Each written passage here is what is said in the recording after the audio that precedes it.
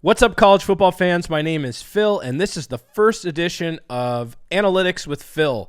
Now, the idea here is not to put you through a class of differential calculus. What we're going to do is look at some of the foundational metrics in college football that are thrown out by the media, and together, let's build a broad understanding of what they mean.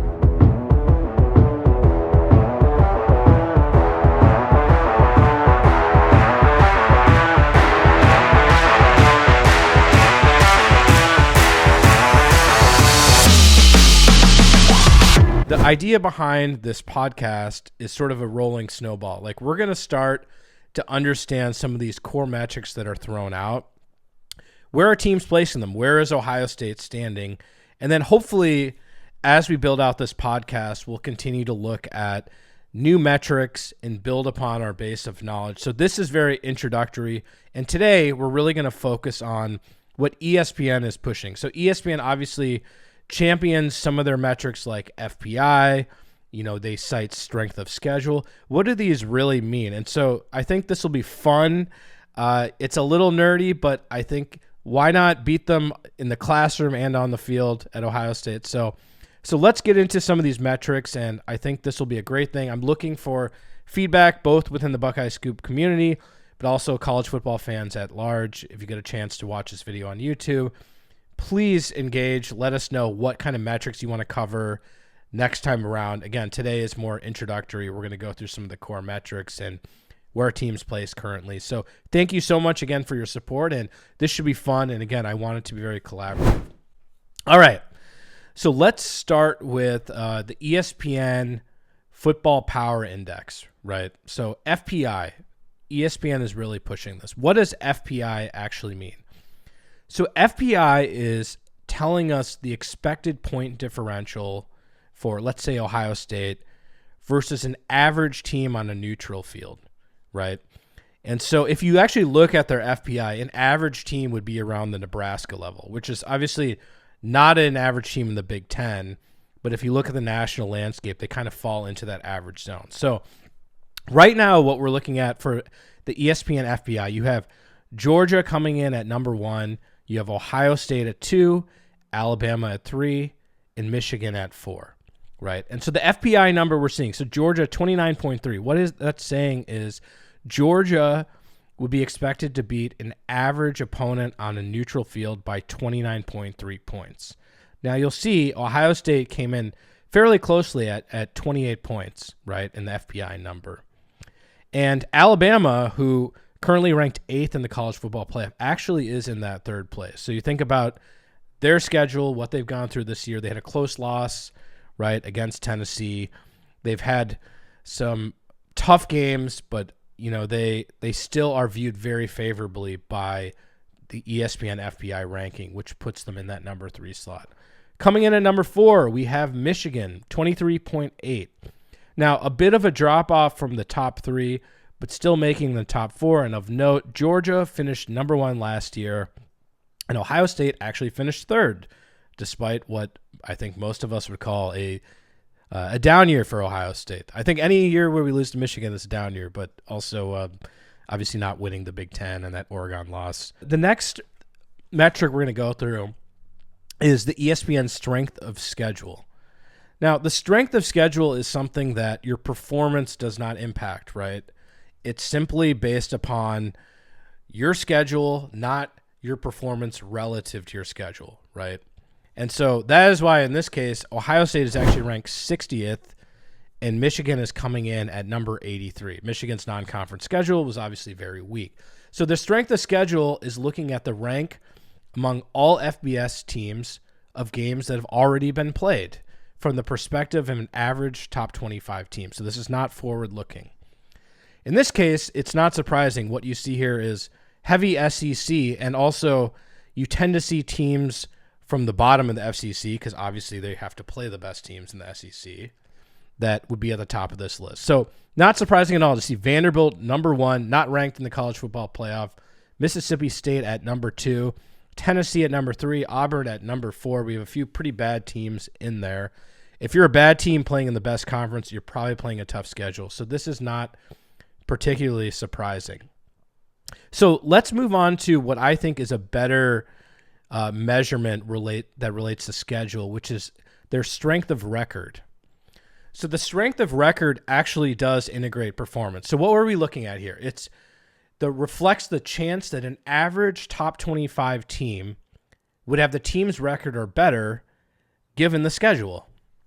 So in this case, coming in at number 1 is actually TCU. So TCU ranked number 4 in the college football playoff. Their strength of record is number 1. So an average top 25 team is very unlikely to have an undefeated record like TCU. Coming in second, we have Georgia, obviously number 1 in the college football playoff. At 3, we have Tennessee, and at 4, rounding out the top 4, we have Ohio State. All right, so let's move to what we call overall efficiency. So we have efficiency related to offense, defense, and special teams. So the efficiency rating, it's a net efficiency on a 0 to 100 scale, right? So 100 is the best you can do. And it's looking at offense, defense, and special teams, and it's trying to put it into a single schedule-adjusted measurement of per-play efficiency. So that means that it does take into account your schedule. If you play a bunch of cupcakes and blow them all out, you actually might not score as well because this is normalized and adjusted for your schedule on a per-play basis. Of note, last year, Georgia won the national championship. They finished with an overall 95.7 overall efficiency score. So you can see right now the way it's tracking based upon this ESPN efficiency score, Georgia is actually a little bit lower at this point in the season than they were last year, right? So they're at 93.4, which is actually, it's the number 1 rank for overall efficiency. In a minute, you'll see a lot of that is driven by defense, but it's lower than what they had last year. Coming in at number 2, we have Ohio State, 92.8 efficiency, ranked number 2 in the college football playoff, so the top 2 held with overall efficiency. And then at number 3, we have Alabama again. Alabama, 8 in the college football playoff, 89.2 in overall efficiency. And, of course, we have that school from up north, Michigan, coming in at number 4 with an 87.7 overall efficiency. So, again, you're seeing a little bit of a clustering at the top with Georgia, Ohio State, and Alabama with some of these numbers. And then a little bit of a drop-off for Michigan, but they are very close to Ohio State.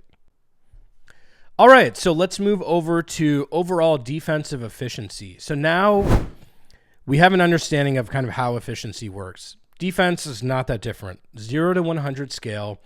It's the contribution margin on a per-play basis, but it is adjusted this time for the strength of the opposing offenses we have faced.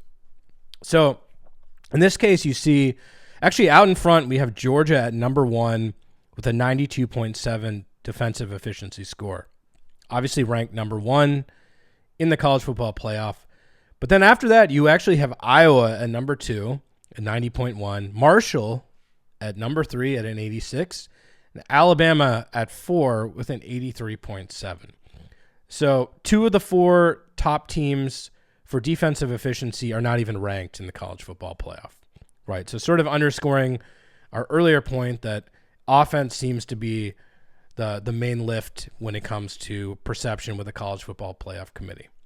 Now, in this case, Ohio State is actually ranked number 6, which is very good. It was actually a little bit surprising. I didn't think they would be that high. They are at 82.7, ranked number 6. So if you look at so far, we're seeing a little bit of a theme here. Ohio State is a pretty common a team that's appearing on these lists. So that's certainly good news. So let's move over to this final part. Let's look at the overall performance metric summary. So again, today, look, we're going through the basics on ESPN. We're going to get into more advanced analytics over time. Let's start with the foundational stuff. This is, again, it's a bit of an experiment trying to see if this will be fun and if we actually have some excitement around the numbers. And then we'll get into a whole world of stuff, which is pretty exciting around football.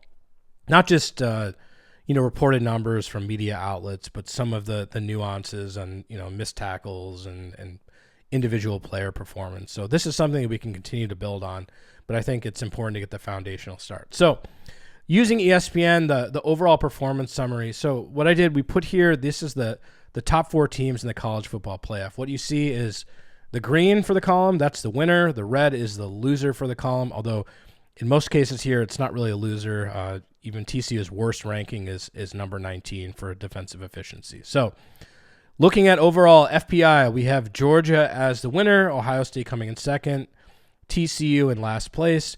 Strength of record, we actually have TCU at number 1, Michigan in last at number 5. And for overall efficiency, Georgia again coming in at number 1, Ohio State coming in at 2, Michigan 4, TCU at 6 as the loser.